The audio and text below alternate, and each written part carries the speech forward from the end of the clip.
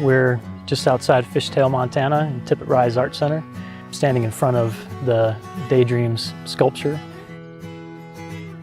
Leslie Gilmore in our office in Bozeman got a phone call from Alban Basuet, who was the director at the time for Tippet Rise. Said we had a pretty unique opportunity.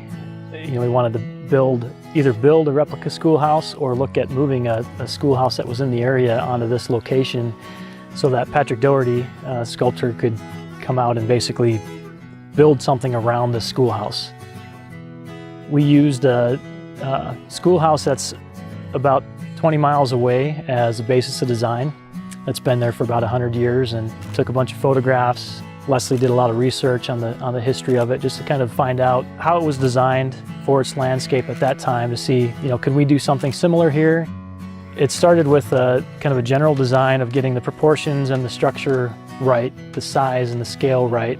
And then from that, it was a lot of back and forth and kind of just iterations of trying to figure out how to work with finishes that replicated a 100-year-old structure.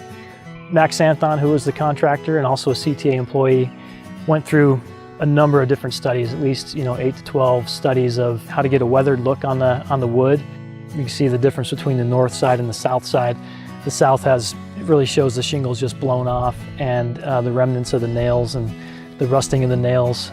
The skip sheathing of the boards as they run up the roof to kind of give a separation to let light through was a really unique element. The process on the inside, what it came down to really was the contractor literally going board by board with a heat gun and a paint scraper, just working each board to kind of get this desired effect of a weathering look.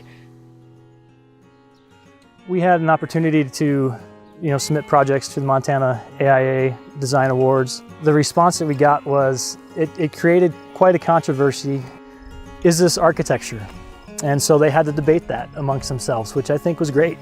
The fact that they had to kind of respond to that. And at the end of the day, I don't think they came to a conclusion on that, but they decided that the fact that it created this conversation was significant enough. Richard Serra is one of my favorite sculptors, and he says that art and architecture are different because architecture has plumbing.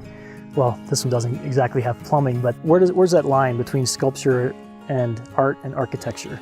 And this started to blur that. And so I looked at it as kind of a metaphor of the quiet muse, and thinking that the schoolhouse was created specifically to have an artist respond to it.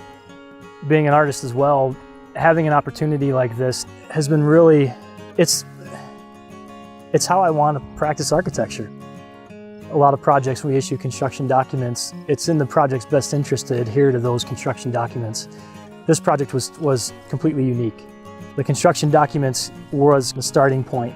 And then after that, we created the building around that framework.